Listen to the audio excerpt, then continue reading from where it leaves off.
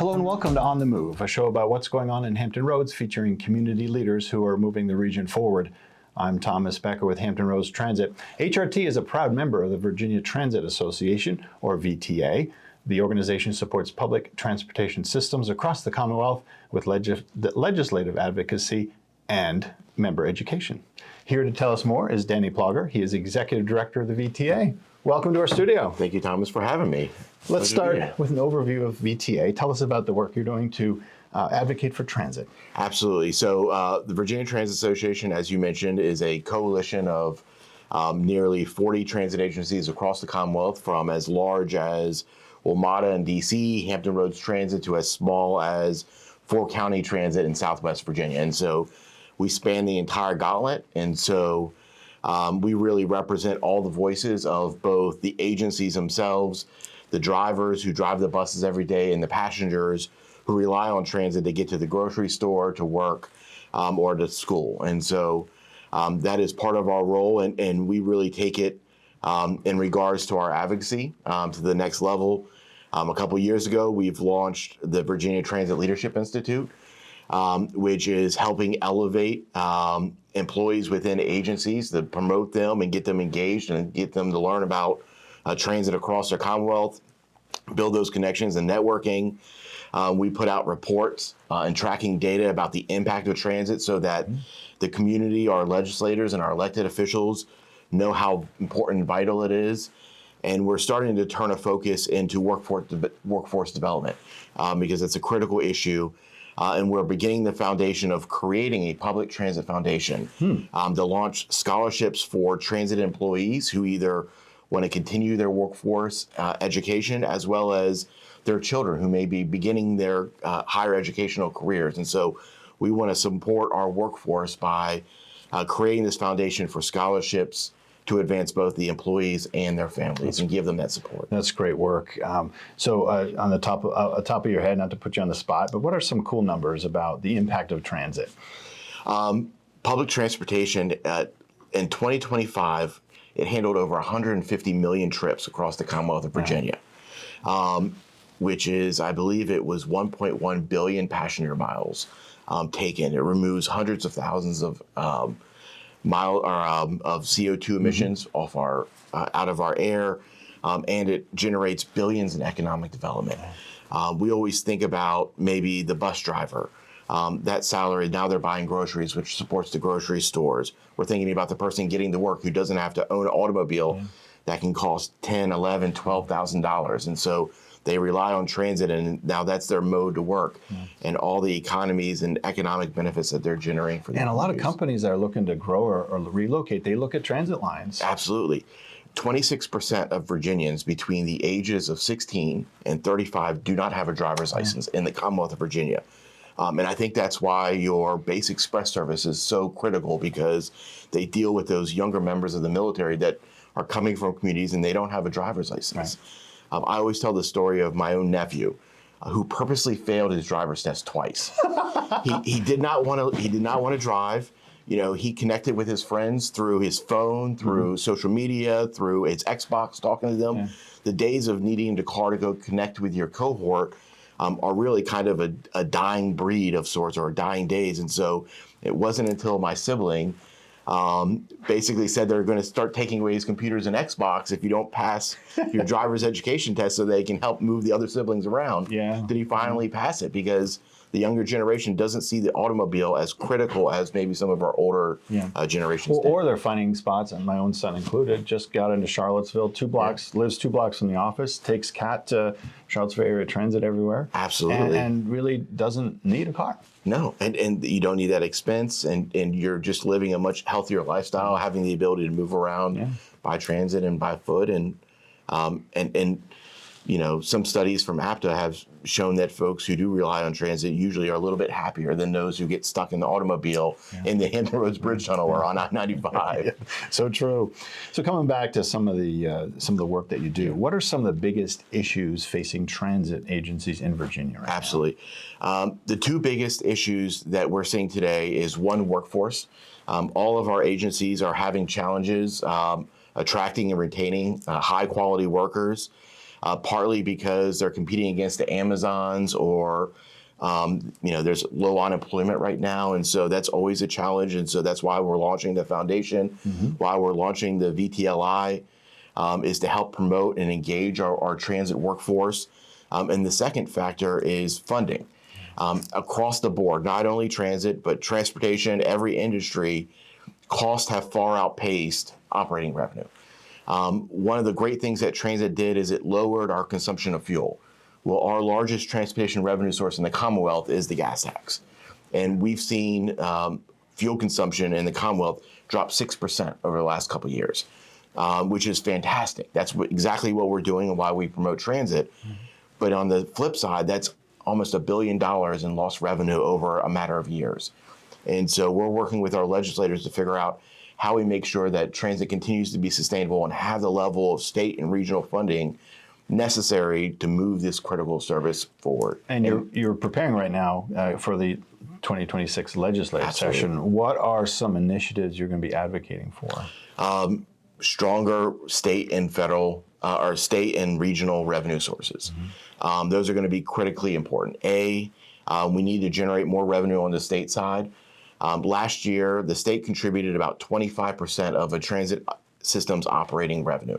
By 2030, that's going to drop to 13%.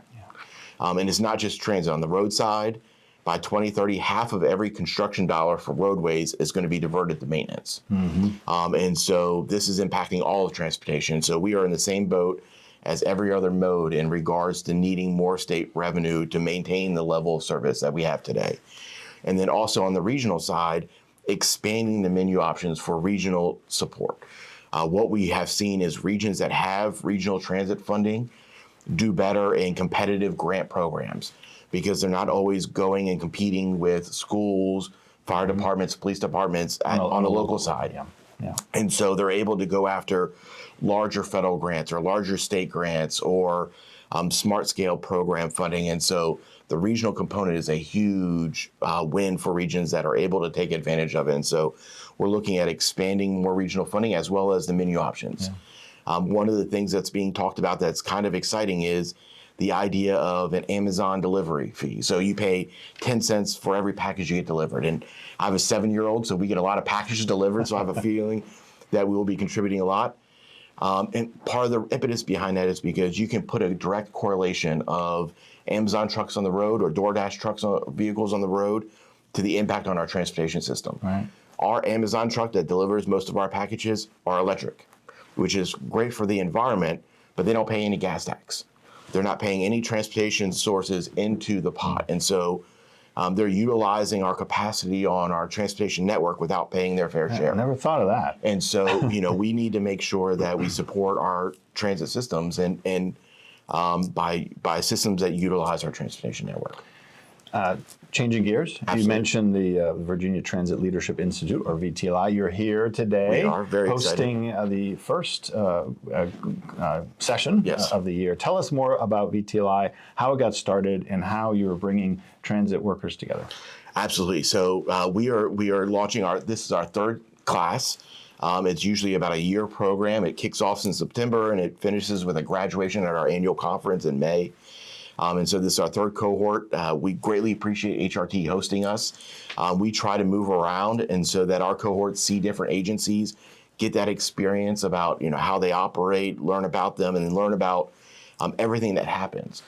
One of the things that we heard kind of coming out of the pandemic is, we need to start identifying the future leaders of transit and start elevating them and giving them the opportunities to grow both in their own careers, but also learn outside their own ecosystems. A lot of times we'll have somebody who comes up through a transit system, and that's the only transit system they've ever learned. They come up through HRT, and they don't know about WMATA or GRTC or CAT. And so we try to expose them. The VTLI helps expose them to everything across the board and build that networking relationship so that, if they have an issue, if their maintenance director is saying, hey, we're having problems with this brake, the new buses came, but the spark plugs are not great. They can build that networking with the other maintenance directors across the entire Commonwealth and say, hey, are you having the same problem? How did you fix it?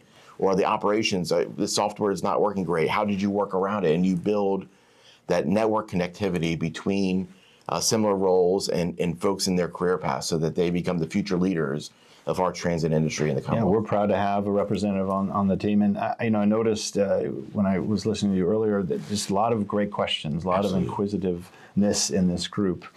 What do the participants talk about? You alluded to it a little bit, but you've got a certain program. What do you hope to show in each of the programs? Our fellows over the course of the year will learn about transit from A to Z, from planning and maintenance. At some point, they'll learn about the different fundings. We'll have representatives from the Federal Transit Administration and DRPT talk about the different grant programs. In January, we send our fellows and meet with legislators. Last year, they met with the chair of the House and Senate Transportation, and that may be the first time that those folks in their current careers have ever met with a legislator and had the opportunity to talk about transit and transportation from a legislative perspective, from a leader who deals with the entire budget. They'll learn about the marketing from different agencies, the different sizes and how they do things. Today, they're going to be learning about light rail. Hampton Roads is unique in that it's one of the most diversified transit systems in regards to modes, with ferries, light rail, microtransit, paratransit, as well as local buses. Yeah. Some agencies only deal with one. They only have their local city bus and that's it. Or they may have only microtransit kind of operating. And so we're trying to expose them to the entire gauntlet of transit from A to Z so that they get a comprehensive education about transit in the entire Commonwealth. And one last question. How did you get into transit? Are you a transit nerd? Is it a passion that came from something? It came from my grandfather. Following World War II, he helped work at the Department of Defense in Northern Virginia. And for the U.S. Army and for DOD, he did logistics. This was before the interstates. And his job, he said, was to figure out how to get tanks, troops, and toilet paper from any 2 points in the United States, from New York to San Diego, or New Mexico to Boston. And so he was really passionate about it, and he had worked on the railroads as a teenager before he went into the war.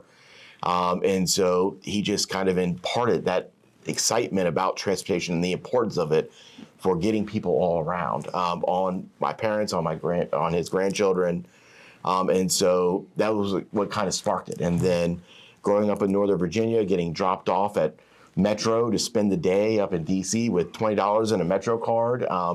As a young teenager, having that kind of freedom was so exciting. And I think that's part of the allure of transit. And I know y'all are doing a great job with students, is having a little bit more freedom than you may have if you're waiting for mom or dad to drop you off. You get to kind of explore and learn about your community in ways that you have never done so before. Yeah, our Student Freedom Pass is hugely successful, and I think teenagers are realizing it's a great way to get to after-school activities, see friends, and not rely on mom, dad, or brother or sister who doesn't have a license to get them around. And explore your community. When you're in a car, you're stuck in there between the 2 points, and with transit, you can get to venture off a little bit. I also find, navigating, learning how to use transit builds confidence. It does.